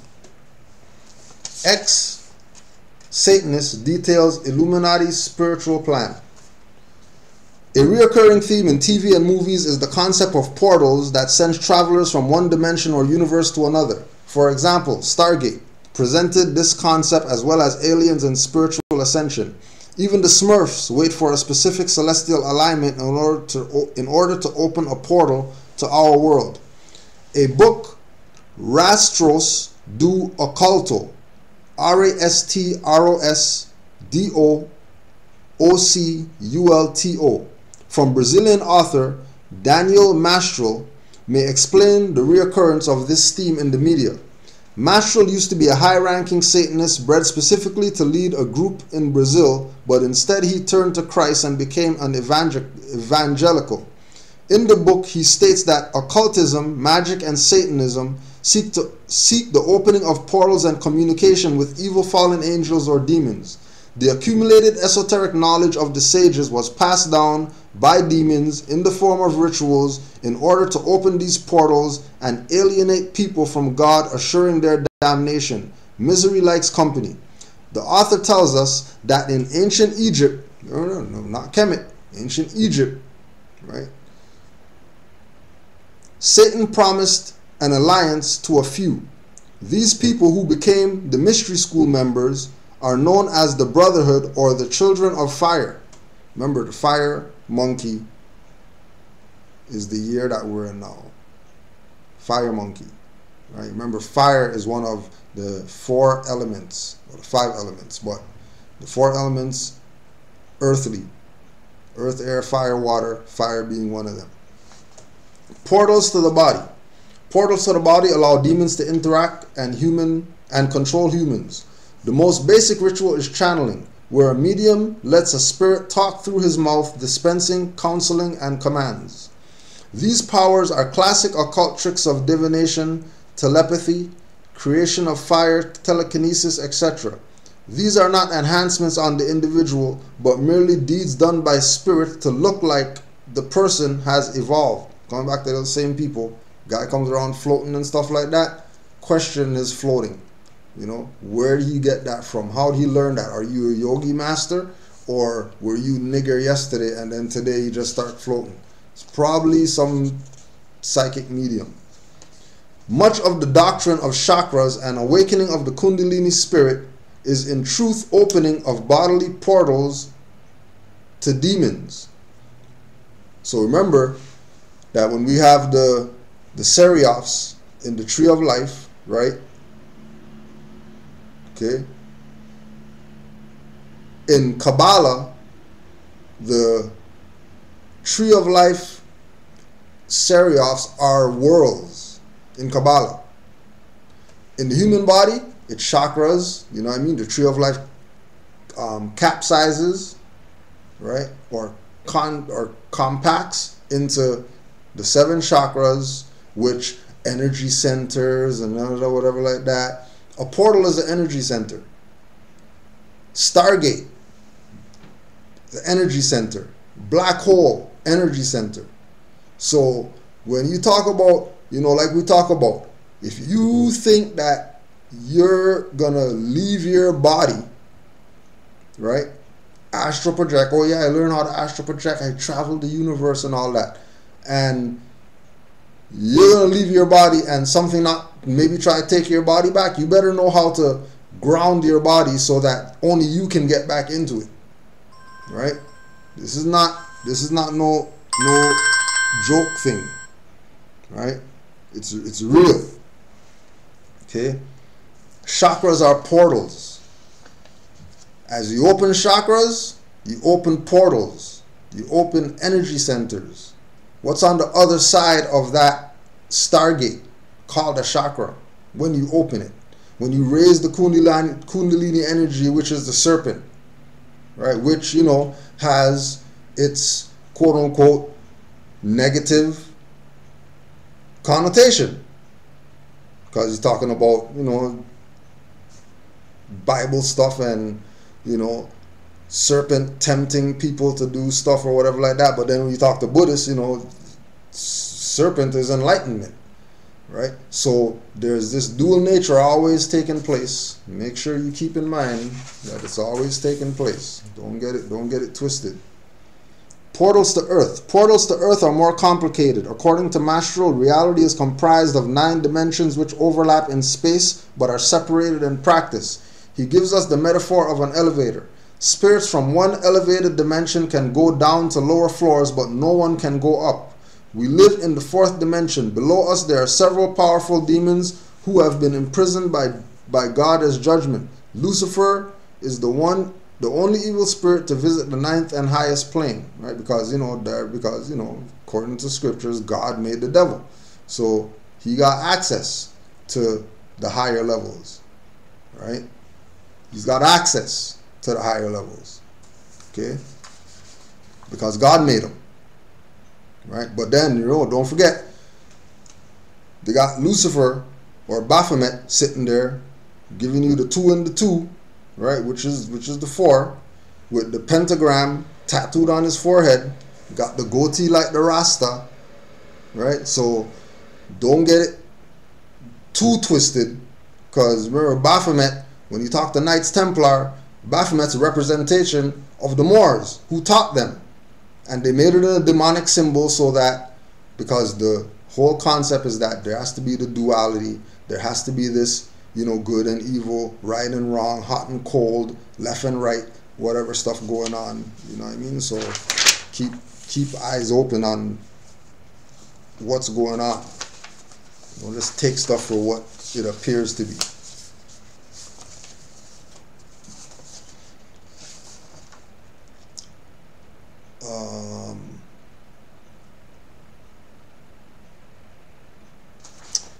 According to author and astrologer A.T. Mann, M-A-N-N, this particular alignment will bring about complicated series of messages and energies, stating, the heavens are so dense and complicated in their messages these days that the Aquarian new moon on Monday the 8th of February, yesterday, will demonstrate these principles to us. Aquarius is one of the few zodiac signs with a double ruler, Scorpio and Pisces. Both the restrictive, constraining, and definite relationship boundaries of Saturn contrasted with the need for freedom, individuality, and independence of Uranus. And in addition, it so happens that Saturn and Uranus are in a trine aspect to each other in fire signs Sagittarius and Aries. So, as a result, this dynamic will have a strong effect on fire sign people, as well as those planets in Aquarius. Thus, we discover that our ideals are being shattered almost daily, our heroes shown to be mere players, and our sense of collective parity has gone down the drain ages ago. This is a provocative time for us all. That the new moon luminaries are in the 11th house of the lunation chart shows us that our leaders' ideals are also highly questionable. We are also entering the Lunar New Year of the Fire Monkey in Chinese astrology, and this bodes for an intense set of energies as well. Soothsayers and Feng Shui masters both foretell this coming year will bring about 12 months of political and financial turbulence. The monkey is seen as belonging to the hard metal element, while fire represents the sun, and this particular mix means mischief and unpredictability. According to Hong Kong-based celebrity Feng Shui master Alion Yeo, Alionyeo, when the two things combine, it creates an extreme high temperature. We have to be prepared for a lot of disputes and sickness.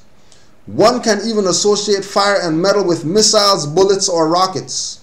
Hong Kong-based soothsayer Thierry Chow, Tierry Chow, Chow, warned of shocking events at the hands of the fire monkey, stating, "Fire is dominant in 5 elements. Where fire is atop monkeys, they will be swinging around. They will be difficult to predict. A lot of things will be unexpected." The last fire monkey year happened in 1956 when Britain and France invaded Egypt during the Suez Canal crisis, a pivotal event that historians believe marked the demise of British imperial power. 56, Morocco 56, then, right? But while the monkey may bring instability, it could also herald major innovation as technology falls into the fire category. There could be major breakthroughs in solar power energy, fire-related technologies, or the internet. There also could be major breakthroughs in androids and nanotechnology and weather machines that, make snow not be able to melt and stuff like that. Welcome to the year of the fire monkey, which technically begins on February 8th, the Chinese Lunar New Year. There are 2 significant energetic shifts that will affect everyone this year. The first is that we're moving into a fire year after 2 wood years. Wood is growth, enthusiasm, and innocence of youth, and the pursuit of vision. Wood, key, is fresh and unformed. It has the drive to break through barriers, but it lacks wisdom and refinement, so can sometimes be unstable and reckless. Fire, key, QI, is the full expression of wood's vision. Fire brings forth the rose, lays the paint on the canvas, and gives voice to the song that's been formed in the depths of your heart.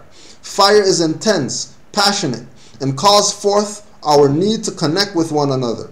In a fire year, no longer satisfied with the pursuit of our dreams, we can now bring things into actuality. And as we see things manifest, we want to gather with our tribe, raise a glass, and celebrate. But it's important to remember that nothing is solid yet, and there is much to be done. In fact, the danger now is getting so excited by the brilliance of the flame you've created that you forget to tend it properly, and it quickly burns out for lack of enduring and consistent fuel. Or fire is erratic and difficult to control. So you get caught up in the flame and the beauty of the flame and the sound that the flame's making, but if your house is burning down, you obviously missed the point, right? It can flicker precariously, burst into a dangerous conflagration, or settle into a nice steady hearth fire depending on how it is managed. So that's your first task this year. Whatever you've created during the last 2 years, treat it now like precious tinder. Protect it and blow on it very gently to nudge it into a steamy flame. Feed it with long burning fuel that will last. Don't throw fast burning paper into it for the dazzling but short-lived burst of heat and flame. Slow and steady now will get you more enduring result. Now what about that second energetic shift? Enter the monkey. Key words are erratic, irrepressible, ingenious, clever, unpredictable, resourceful, adventurous, selfish, magical, quixotic, Quixotic, amoral. In other words, keep your wits about you, because anything, absolutely anything, can happen. All manner of apple carts should be turned over in the most surprising ways. This will be a test of your ability to stay calm and unruffled in the face of relentless and unexpected challenges. But remember, on the other side of chaos is magic and transformation. Be brave and keep your sense of humor. Never forget that there's spiritual gold at the end of this tale. From Chinese astrologer Shelley Wu. Using a delicious sense of humor, monkey years hold out bright prospects of fascinating future, rich in the unexpected, a year of transformations, a year of great change, a year of discovering your own resources, a prime year to begin sizable enterprises, expansions, and major corporations. Business should not shoot up under this year's optimistic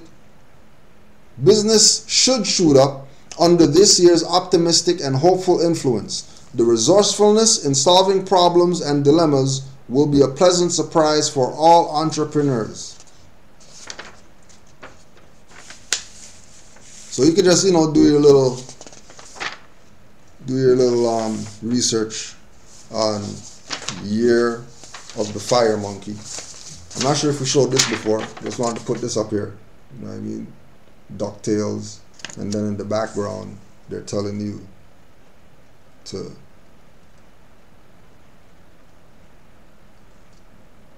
hidden in plain sight. Somebody put that up.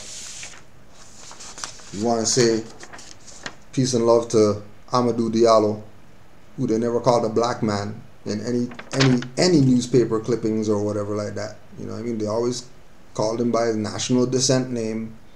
So rest in peace to Amadou. We never forgot about you. They're still doing what they did to you, bro. So, you know what I mean? Don't worry. Just send lightning bolts at these clowns. Right? And anybody else who got by these jokers violating people. Right? Word came out that they finally charged Buddy for Eric Garner's murder. Right? So we know that things are, slowly turning around, but they're turning around. So rest in peace to Eric Garner. Make sure you haunt this guy every night. Every night, make sure you haunt him. You know what I mean? We're calling for you to haunt all these people. As soon as their head touches the bed, you know what I mean? Your head's rolling up their body, staring at them while they sleep. Because this is the time right now to this is time now. Call Shango and all them people there. You know what I mean? Make use of them. Right?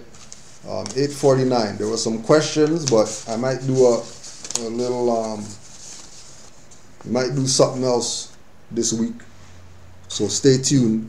We might have something else this week. Just because there might not be class next week, because we're gonna be only gonna be me and Mother Anita holding down next week's class. So we need the energy, because we're gonna have to go until the end next week. So I got y'all. We don't ever ditch class and not give you payback. So look out for something else this week. Of course, we're gonna go backwards, because we gotta freaking talk about it, because everybody's in uproar.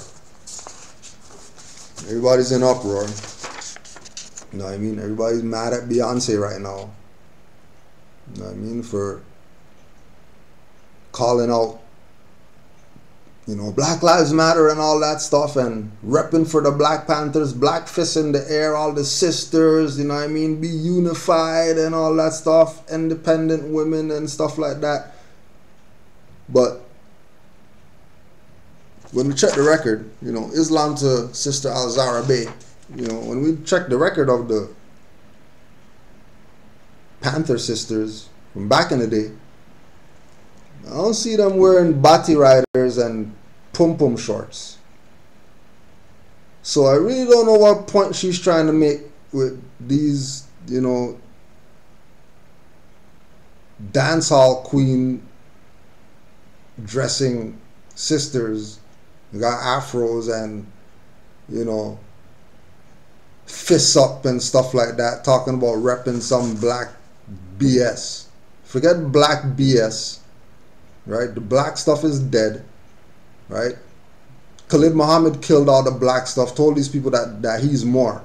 And if that's the national chairman, spokesman, head before he got assassinated, and he was telling them that I'm a Moor and I got sense enough to know that I'm a Moor, to hell with all your black BS.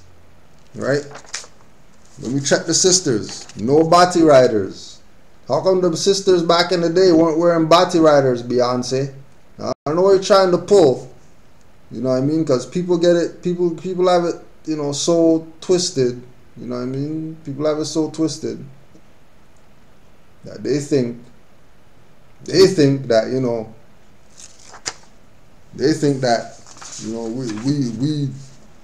we rep her because, there's a Moor with a fez on in her video. Hey, don't get it twisted. Right? Don't get it twisted. The fez, no markings on it or whatever like that, that's Moorish American. Okay? And then word on the street is that this is an actual Moor from Cali. Did he get a check to be in the video? I don't give a shit what he got. Point is that he's wearing the fez, not marked or whatever like that. So he's repping for what we rep. Her, I don't care about her. Even though her name's Beyonce, no L's. Right? Bay once, take off the K and the W, no L's. Bay once, no L's. So she's not repping nothing having to do with Moors, nothing like that. We don't care about her. We care about this brother right here, that they showed him about 8 times in the video, probably more than that. And like Brother Rami told these jokers on Facebook or whatever, that's talking BS about her having, that Moors are repping Beyonce. We're not repping no goddamn Beyonce. We're repping that there's a fez that Moors wear in the video. Forget Beyonce. She's not nobody. You don't care about no goddamn Beyonce. Who cares about Beyonce? Yeah, it's our sister, but we already know she took the check, she took the pill, she took whatever it is that she took. You're not repping her. Sarak hat thief. You're not repping her. We're repping the fact that there's a brother with a clean fez, just like the fez that the Moors wear. Right? So I don't care what anybody says. That's a Moorish American fez in a... Oh yeah, and like I was saying, you gotta run off ranting. Our good brother Rami Salamel told these Moors, let me see you get 3 million people to see a fez in one of your videos. We don't care what the song's about. We don't care about what she's wearing. We don't care if she's a daughter, grandmother of some freaking Daughters of American Revolution or whatever like that. We don't care about none of that. All we know is that 3 million people in one day saw this red fez right here. 3 million. 3 million people in one day saw this fez. You know what that means? That means 3 million people now know. Hold on a second. You know, and more than that, because 3 million, that's just YouTube. Right? We're not even talking about, and then don't forget that they took the stuff off the search engines from what we're hearing. The video got taken out of all the search engines that you can't even search for this video and find it. I wonder why. How come? Since when they cutting off people's search engine stuff or whatever like that? So we just had to put this one up there just so people can know. You know what I mean? How black folks looked when they saw Beyonce Formation video and saw the man standing next to Beyonce wearing a Moorish fez. That was their face. That's when they realized what Moors been talking about since 1913. So we'll see what they do. You know what I mean? We already been got some questions and emails and stuff like that from people who, you know, thought it was a joke and unreal. You know, but Beyonce put it in her video, so clearly it's real. Because Beyonce is Beyonce put it in. Okay, so it must be real. So trust me, it's real.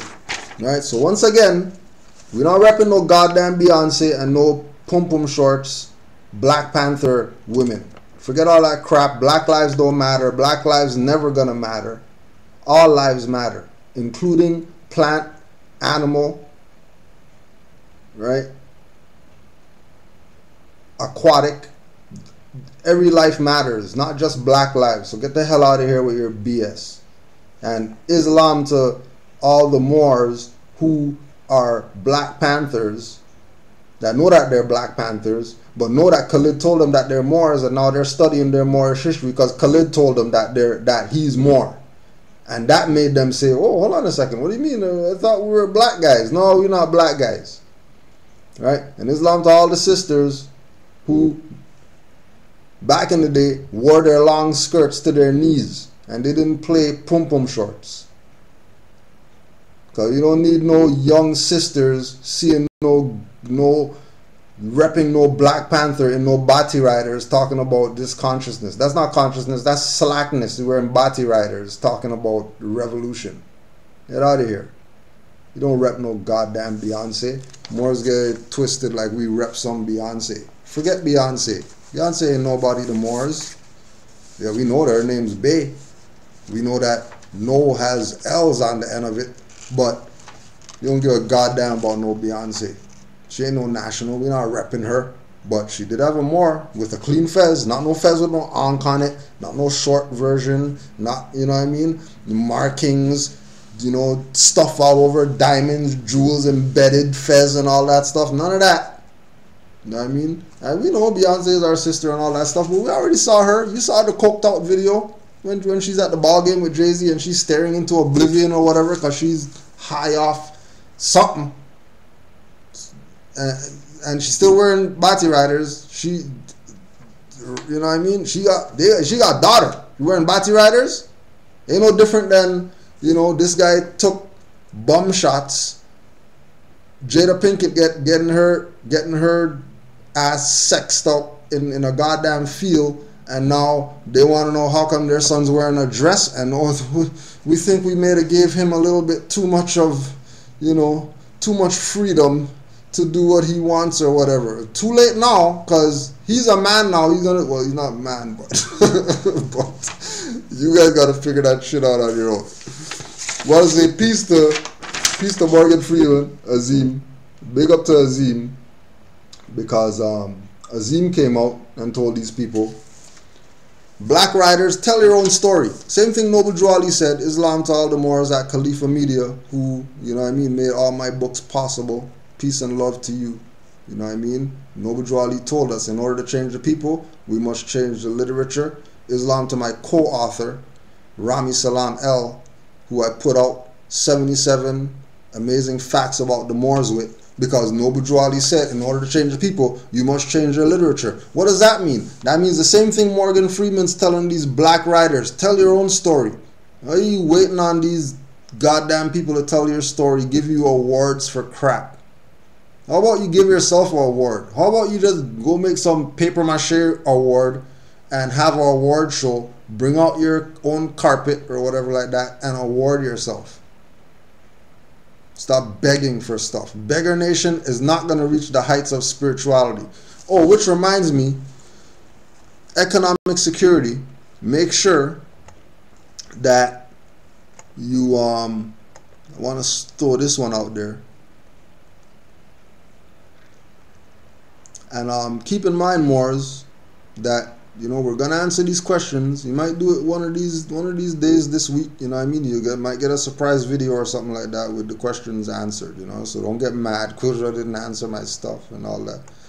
He told me email him and he didn't answer nothing. You already know how it goes on Canaanland Moors. Time's warp speed. 2 seconds you turn around and 2 hours went by.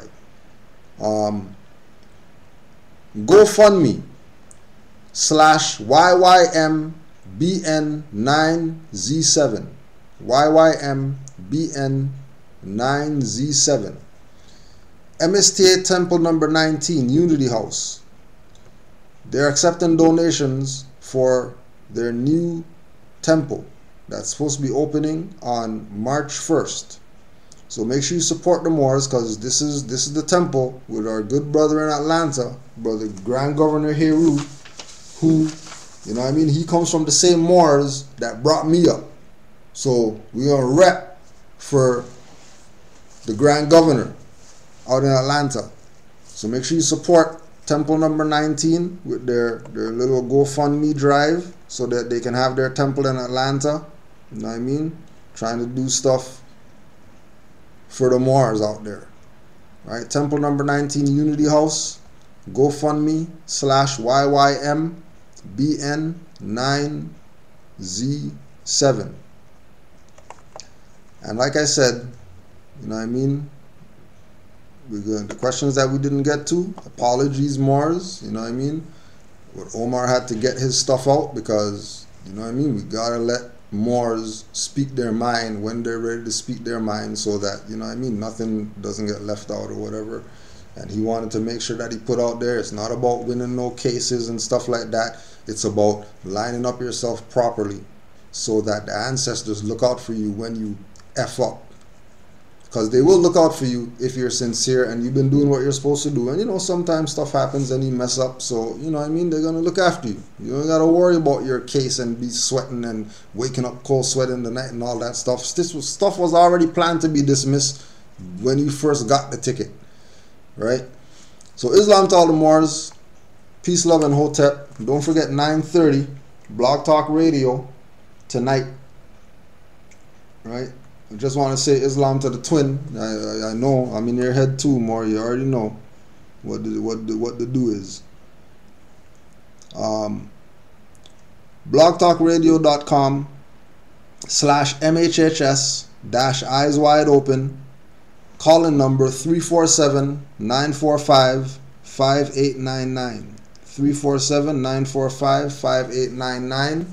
And like we've been doing in the past, couple shows, we've been closing out with some old school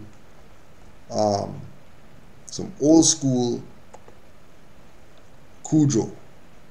Before Cujo was a Moor, so you can know where we were at, where I was at, where the crew was at during them times. So last thing we dropped was 98. We're gonna give y'all some 2006, a little bit more current stuff.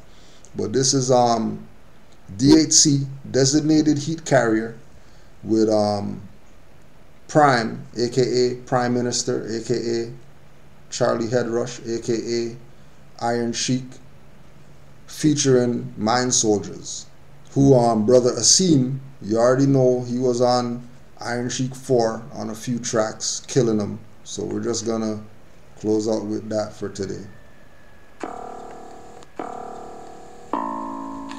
Brother man, can I get a little bit more light?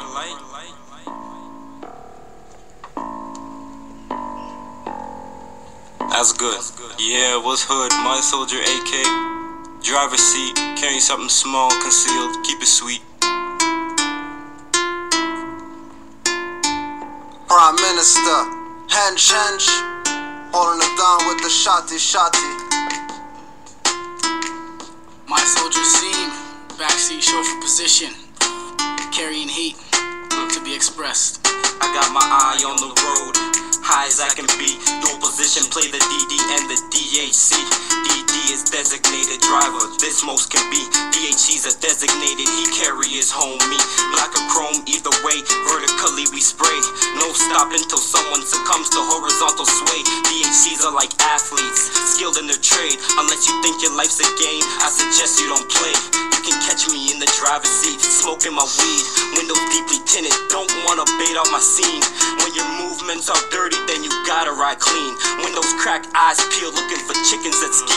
Combination not a key, dash open, hide and seek. Gold smile, show ID, procedure, rank, high profile me. I'm a G, take it how you get it, gangster or a gentleman. Either way, you must understand that I am genuine. Young mind and body, but spirit moves like an elderman. Explanation none, accepting credit that I'm African. Momentum shifts, gotta catch it on the positive swing. Humble-minded with the swagger of an African king. If I have it, I'll blast it. Only cops make me stash it. On the watch for stick-up kids, so I constantly lap it. You thinking it's a joke? You can keep on laughing. Tears of joy turn to pain when chest plate cracking. This is life, not chess, but checkmate, captain. DHCs are on point like a checkmate champion. Something in me set to take this rhyme past 16. Partial in the urge, other parts to please brother Asim. I'm lethal on the microphone, sometimes rhyme sinister. If you don't believe me, then ask the prime minister. Ain't talking Stephen Harper, this man is much darker. Revolutionary, DHC for freedom, we will spark you. DHC doesn't mean that we're holding a gun. My heat is my speech that make batty boys bun. Our source of heat is the sun, don't run for cooling centers. Lowering your cosmic energy through your temperature. My heat is not ether, not a missile, but a heat seeker. Knowledge is power and most blacks don't want none of that either. The only energy they seek is power from currency. Swimming in those torrents is signing your death warrant. You're running for shade like crackers used to run for the cave. They take your heat when you run for cancer cures and AIDS. My heat causes strokes and skin disease called melanoma. 98% of unmelanated ones suffer mind glaucoma. Riding shotgun with the mind soldiers. With 3 times heat, you could say the gods are tri-solar. Ashkenazi, he'll tell you who's the fake Jew. Cornering the market of sympathy in the world's view. We're fighting those on the beach trying to drop the martial laws. My heat is universal laws, not partial to yours. Our truth make them combust, erupting body volcanoes. Our heat for light and tomb hallways are illuminated halos. Priests forget the knowledge and turn custodians. Pedophile priests want me to think that they're holy men, using gay rituals in their degrees of large orders. Teaching that cutthroats like Cecil Rhodes are God's explorers. To the Greeks, only gods could wear the golden fleece. My physical shell is designated the whole God's heat. Simply a conversation. Hold on, I just have to say, just make sure you listen to Asim, cause Asim is not no joke. Just make sure you listen to Asim. Place itself in a designation to carry heat. Simply a conversation, place itself in a designation to carry heat. So many forms of heat, let's start with the beat. Beating against my chest, penetrating through the flesh, saturating my breath. When heart rate increase, release sweat, now we let inside out. Talking about fire in the mouth, the tongue in the pen. Transcends the physical bout, replace the statement without doubt with full clarity. The only way to stay away from decay is grow constantly in this beat. True to the root in this boot camp, some call life. Choose to recruit those who shoot for success day and night, and hype energy flow fluently from the roots to fruits of our ancestral tree. Infinitely, simply we compose many things that have been exposed as complex as truly simple, like monumental structures that exist before the English dialect ever exited lips. Speaking about structures that exist, we exist. Using material with our visual, crafting tools for the physical, building schools for the spiritual. Revolutions a ritual that we always maintain. No longer blame and complain, I will master and while we train, always gain. One step with tools like my Bendacoon that slept underneath my mattress. What happened is we had to split the same way that we let truth vibe upon ill. God communicates, instructions are revealed the same way we get chauffeured in the back, not at the wheel. We speak more often than spit, and it's always real.